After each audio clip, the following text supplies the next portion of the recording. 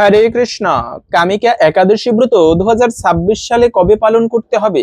8ই August শনিবার নাকি 9ই August রবিবার?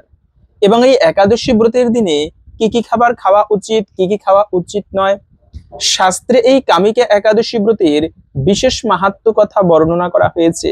তাই আজকের এই পর্বে আমরা সেই প্রসঙ্গে জেনে নিব, সেই সাথে পালন কখন করতে হবে। তাই আশা করছি আজকের এই তথ্যগুলো আপনাকে অবশ্যই সমৃদ্ধ করবে। ভালো লেগে থাকলে একটি লাইক করে কমেন্টে জয় শ্রী বিষ্ণু ভগবানের জয় একবার হলেও লিখে যাবার অনুরোধ জানাচ্ছি। কেন, ভগবান শ্রী বিষ্ণুকে প্রসন্ন করাই হচ্ছে এই মনুষ্য জীবনের প্রকৃত উদ্দেশ্য হওয়া উচিত। এজন্য বেদে কথা আছে যে মানে যজ্ঞ বই বিষ্ণু, যজ্ঞের প্রধান উদ্দেশ্য হচ্ছে ভগবান বিষ্ণুকে সন্তুষ্ট করা। আবার আমাদের বলা হয়েছে অমৃতস্য পুত্র, মানে আমরা প্রত্যেকেই সেই অমৃতের সন্তান, ভগবান শ্রী বিষ্ণুর সন্তান আমরা প্রত্যেকে। এজন্য আমাদের মূল উদ্দেশ্য হওয়া উচিত ভগবান বিষ্ণুকে প্রসন্ন করা। আর এই ভগবান বিষ্ণুকে প্রসন্ন করার জন্য অনেক অনেক প্রকার মাধ্যম আছে। যেমন শুধুমাত্র যদি কেউ কৃষ্ণ নাম করে তাতেও সে কৃষ্ণ কৃপা বা বিষ্ণু কৃপা লাভ করবে। যদি কোনো ব্যক্তি গরিব দুঃখীদের সেবা করে সেটাও একটা সুন্দর মাধ্যম ভগবানের কৃপা লাভ করার জন্য। যদি কেউ যজ্ঞ করে তাতেও বিষ্ণু কৃপা প্রাপ্ত হতে পারে। তো এরকম করে যত প্রকার মাধ্যম আছে তার মধ্যে একটি অন্যতম সহজ বিশেষ মাধ্যম হচ্ছে এই একাদশী ব্রত পালন করা। কেন, অনেক প্রকার ব্রতের কথা আমরা সনাতন ধর্মে পেয়ে থাকি। যেমন ব্রহ্মচর্য ব্রত, জীবনে বৈবাহিক সম্বন্ধ স্থাপন করবে না, ব্রহ্মকে রক্ষা করবে, বীর্য ধারণ করবে, এতেও তার বিশেষ পুণ্য লাভ হয়। তারপরে কাত্যায়নী ব্রত, দামোদর ব্রত, ভীষ্ম পঞ্চক ব্রত, বৃহস্পতিবারে লক্ষ্মী ব্রত, শিব চতুর্দশী ব্রত, নৃসিংহ চতুর্দশী ব্রত, বট সাবিত্রী ব্রত, এরকম করে কত প্রকার যে ব্রতের কথা শাস্ত্রে উল্লেখ আছে, মানে অনেক অনেক ব্রত। কিন্তু যত প্রকার ব্রত আছে সনাতন ধর্মে সর্বশ্রেষ্ঠ ব্রত হচ্ছে একাদশী ব্রত। একাদশীর উপরে শ্রেষ্ঠ কোনো দিন নেই। যেমন বৃহস্পতিবার মা লক্ষ্মীর দিন, শনিবার শনি দেবতার দিন, ঠিক তেমনি একাদশী ব্রতের দিনটি হচ্ছে ভগবান শ্রীবিষ্ণুর সর্বাপেক্ষা প্রিয় দিন। আর যদি কোনো ভক্ত জীবনের কঠিন পরিস্থিতিদের মধ্যেও ভক্তি ভরে ব্রত করে বিষ্ণু পুজো করতে পারে, তবে ভগবান শ্রীবিষ্ণুর কৃপায় তার জীবনের সমস্ত অশুভ এবং দুর্ভাগ্য কেটে যায়, বিষ্ণু এবং মা লক্ষ্মীর কৃপা লাভ হয়। এরকম করে আমরা তো জানি অনেক অনেক ব্রতের মধ্যে বিশেষ করে এই কামিকা একাদশী ব্রত অন্যতম। এই ব্রতটি পালন করলে কি ফল প্রাপ্ত হওয়া যায়? প্রথমত বলা হয়েছে বাজপেয় যজ্ঞের ফল লাভ করা যায়। যজ্ঞ করা, যদিও ত্রেতা যুগের যুগধর্ম ছিল যজ্ঞ, তথাপিও এই যজ্ঞ করানোর মাধ্যমে বিশেষ কৃপা লাভ করা যায়। সেজন্য বলা আছে কৃতে যদ্ধায়ত বিষ্ণুম ত্রেতায়াম যজত মুখই।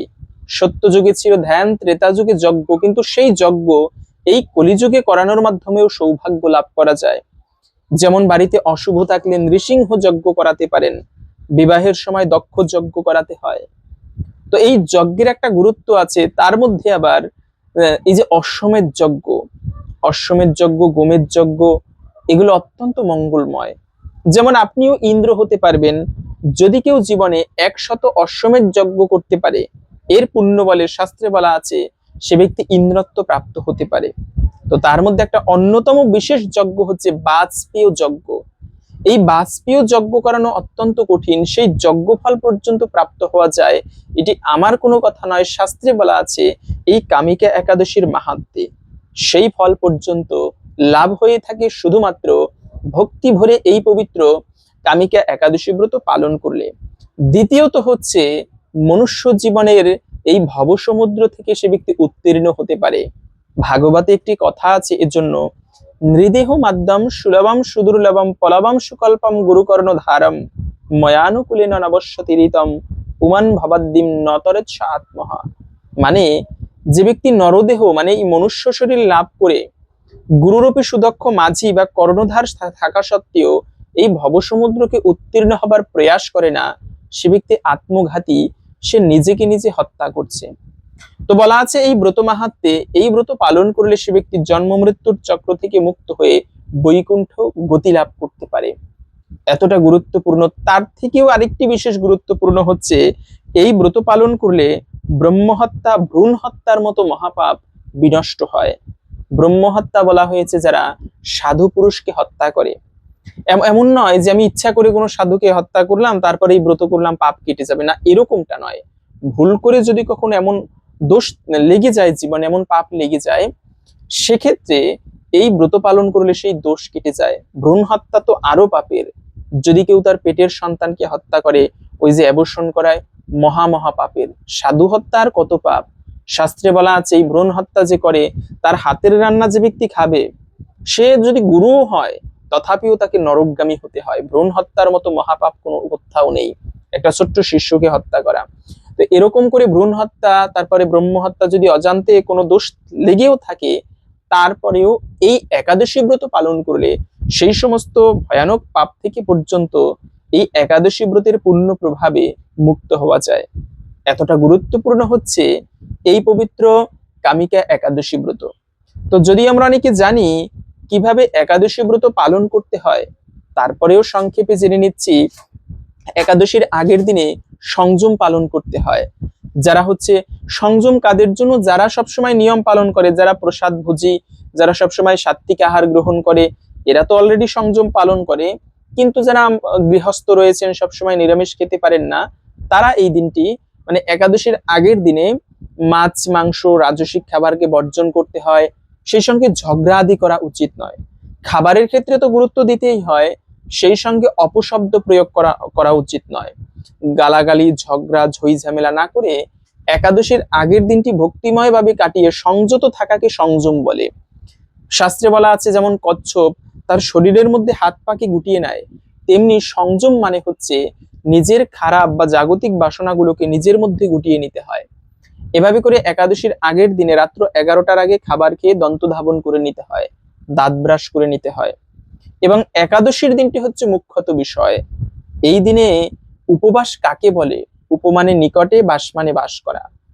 এই দিনে ভগবানের সন্নিকটে হরি সান্নিধ্যে কাটানো উচিত।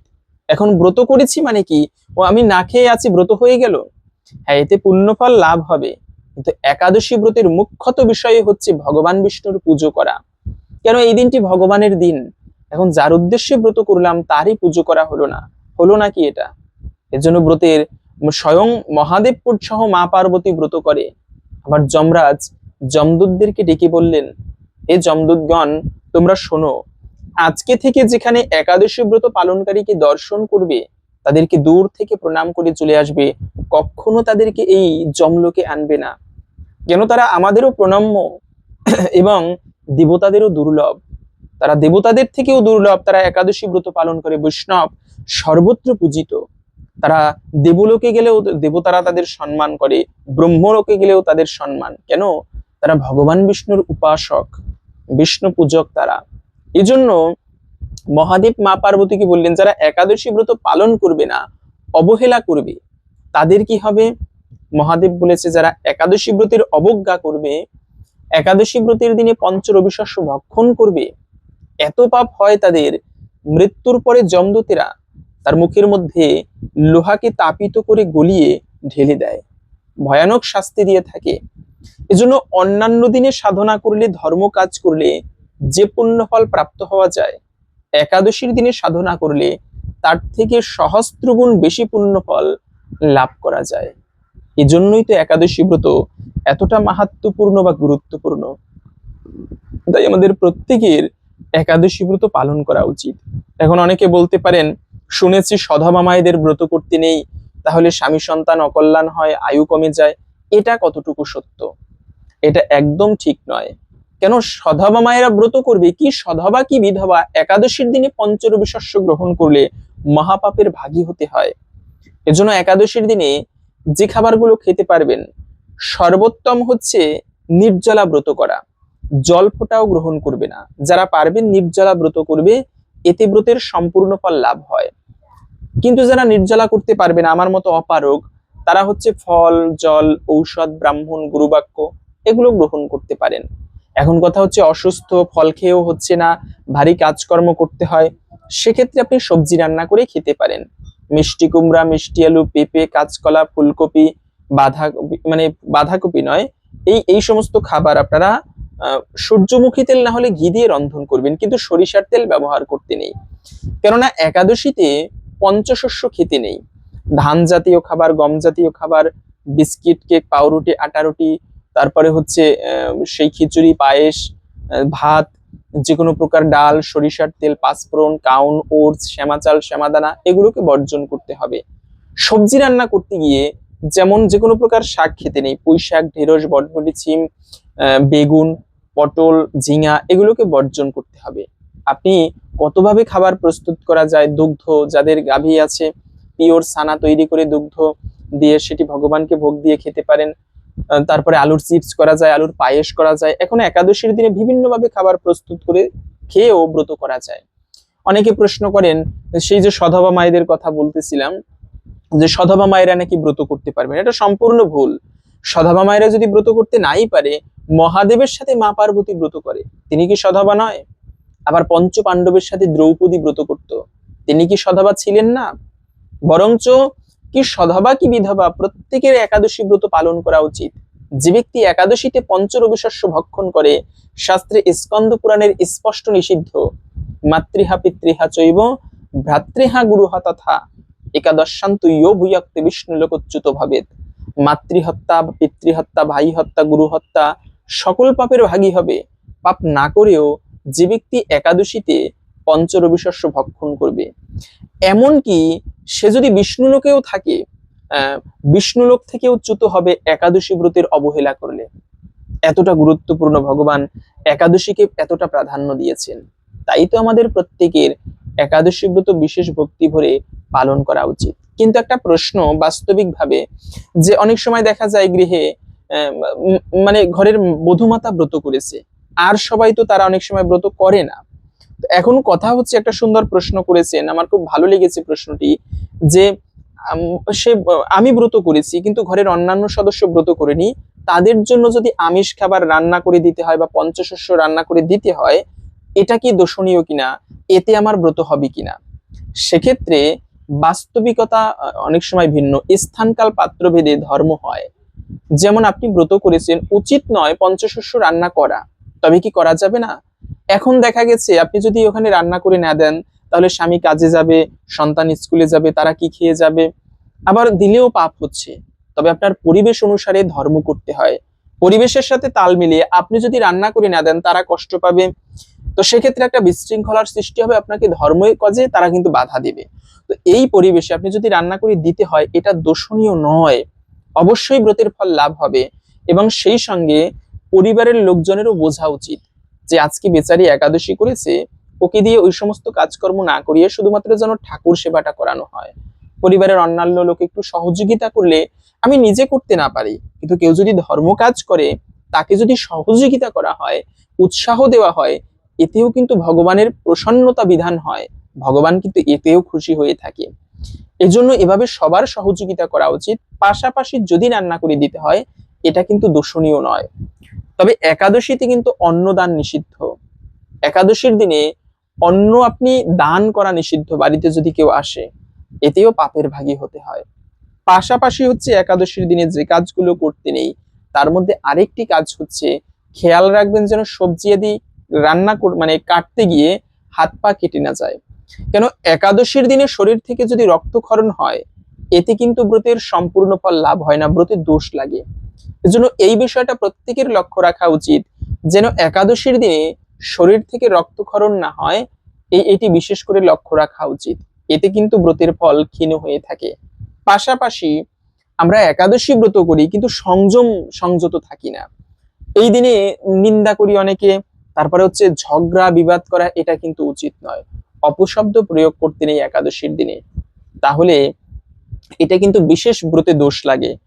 একাদশীর মতো পবিত্রতম দিনে যে ব্যক্তি অপশব্দ প্রয়োগ করে, এটা কিন্তু বিশেষ অপরাধ এবং অমঙ্গলের, এমনটা করা উচিত নয়। পাশাপাশি এই দিনে আপনারা তেমন কিছু না করতে পারলেও বাড়িতে বিশেষ করে যদি পারেন 108টা তুলসী পত্র নৃসিংহদেবের চরণে নিবেদন করতে পারেন। তবে একাদশীর দিনে তুলসী চয়ন করা উচিত নয়, একাদশীর আগের দিনে তুলসী চয়ন করে রাখবেন।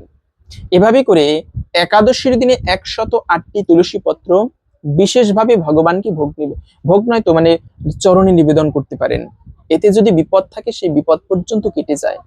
তো এখন আসুন কিছুক্ষণ সময় ধৈর্য ধরে এই একাদশী ব্রতের মাহাত্ম্য কথা জেনে নেই, কেননা এর ফলে অনেকাংশেই একটুকু হলেও এই একাদশী ব্রতের মাহাত্ম্য লাভ করা যায়। তাই কিছুক্ষণ আসুন ধৈর্য ধরে এই ব্রত মাহাত্ম্য শ্রবণ করে, আপনি ব্রত করেন কিংবা না করেন, প্রত্যেকেরই উচিত এই ব্রত মাহাত্ম্য শ্রবণ করা। এরপরে ভিডিওর মূল প্রসঙ্গ, এই একাদশী ব্রতের কবে পালন করতে হবে, পারণ কখন করতে হবে, পারণ মন্ত্র কি, সেই প্রসঙ্গে জেনে নিচ্ছি। পবিত্র কামিকা একাদশী, শ্রাবণ কৃষ্ণপক্ষিয়া কামিকা একাদশীর মাহাত্ম্য কথা ব্রহ্মবৈবর্ত পুরাণে যুধিষ্ঠির শ্রীকৃষ্ণ সংবাদে বলা হয়েছে। যুধিষ্ঠির মহারাজ শ্রীকৃষ্ণকে বললেন, হে গোবিন্দ, হে বাসুদেব, শ্রাবণ মাসের কৃষ্ণপক্ষের একাদশীর নাম এবং মাহাত্ম্য সবিস্তারে আমার কাছে বর্ণনা করুন। তা শুনতে আমি অত্যন্ত কৌতূহলী। প্রত্যুত্তরে ভক্তবৎসল ভগবান শ্রীকৃষ্ণ বললেন, হে রাজন, পূর্বে দেবর্ষি নারদ প্রজাপতি ব্রহ্মাকে এই প্রশ্ন করেছিলেন। তিনি যে উত্তর প্রদান করেছিলেন আমি এখন সেই কথাই বলছি। আপনি মনোযোগ সহকারে তা শ্রবণ করুন। এক সময় ব্রহ্মার কাছে ভক্তশ্রেষ্ঠ নারদ জিজ্ঞাসা করলেন, হে ভগবান, শ্রাবণ মাসের কৃষ্ণপক্ষিয়া একাদশীর নাম কি, এর আরাধ্য দেবতাকে, সেই ব্রতের বিধিই বা কি এবং কি রকম, এবং এই ব্রতের ফলে কি কি পুণ্য লাভ হয় তা সবিস্তারে জানতে আমি ইচ্ছা করি। আপনি কৃপা করে আমাকে তা জানালে আমার জীবন ধন্য হবে। শ্রী নারদ বললেন, এ কথা শুনে ব্রহ্মা অত্যন্ত সন্তুষ্ট হলেন। তিনি বললেন, হে বৎস, জগৎজীবের মঙ্গলের জন্য আমি তোমার প্রশ্নের যথাযথ উত্তর দিচ্ছি, তুমি তা শ্রবণ করো। শ্রাবণ মাসের কৃষ্ণপক্ষিয়া একাদশী কামিকা নামে জগতে প্রসিদ্ধা। এই একাদশীর মাহাত্ম্য শ্রবণে বাজপেয় যজ্ঞের ফল লাভ হয়। ভগবান শ্রীহরির পূজা অর্চনায় অপরিমিত পুণ্যফল লাভ হয়। গঙ্গা, গোদাবরী, কাশী, নৈমিষারণ্য, পুষ্কর ইত্যাদি তীর্থ দর্শনের সমস্ত ফল একমাত্র কৃষ্ণ পূজার মাধ্যমে কোটিগুণ লাভ করা যায়। সাগর ও অরণ্যযুক্ত পৃথিবী দানের ফল, দুগ্ধবতী গাভী দানের ফল অনায়াসে এই ব্রত পালনে লাভ হয়। যারা পাপপূর্ণ সাগরে নিমগ্ন, এই ব্রতই তাদের উদ্ধারের একমাত্র নৌকা স্বরূপ। এইরকম পবিত্র পাপনাশক শ্রেষ্ঠ ব্রত আর জগতে নেই। শ্রীহরি স্বয়ং এই ব্রত মাহাত্ম্য কীর্তন করেছেন। রাত্রি জাগরণ করে যারা এই ব্রত পালন করেন তারা কখনো দুঃখ দুর্দশা প্রাপ্ত হন না। এই ব্রত পালনকারী কখনো নিম্নজনী প্রাপ্ত হয় না। কেশবপ্রিয়া তুলসী পত্রে যিনি শ্রীহরির পূজা করেন, পদ্মপাতায় জলের মতো তিনি পাপে নির্লিপ্ত থাকেন। তুলসী পত্র দিয়ে বিষ্ণু পূজায় ভগবান যেমন সন্তুষ্ট হন, মণিমুক্তাদি মূল্যবান রত্নের মাধ্যমেও তেমন প্রীত হন না। যিনি কেশবপ্রিয়া তুলসী মঞ্জরি দিয়ে ভগবান বিষ্ণুর পূজা করেন, তার জন্মার্জিত পাপরাশি দূর হয়ে যায়। এ প্রসঙ্গে ব্রহ্মা বললেন, হে নারদ, যিনি তুলসীকে প্রত্যহ দর্শন করেন তার সকল পাপরাশি বিদূরিত হয়ে যায়। যিনি তাকে স্পর্শ করেন তার পাপমলিন দেহ পবিত্র হয়। তাকে প্রণাম করলে সমস্ত রোগ দূর হয়। তাকে জল সিঞ্চন করলে যমও তার কাছে আসতে ভয় পায়। শ্রীহরি চরণে তুলসী অর্পিত হলে ভগবত ভক্তি লাভ হয়। তাই হে ভক্তি প্রদায়িনী, তোমায় প্রণাম। যে ব্যক্তি হরিবাসরে ভগবানের সামনে দীপদান করেন, চিত্রগুপ্ত তার পুণ্যের সংখ্যা হিসাব করতে পারে না।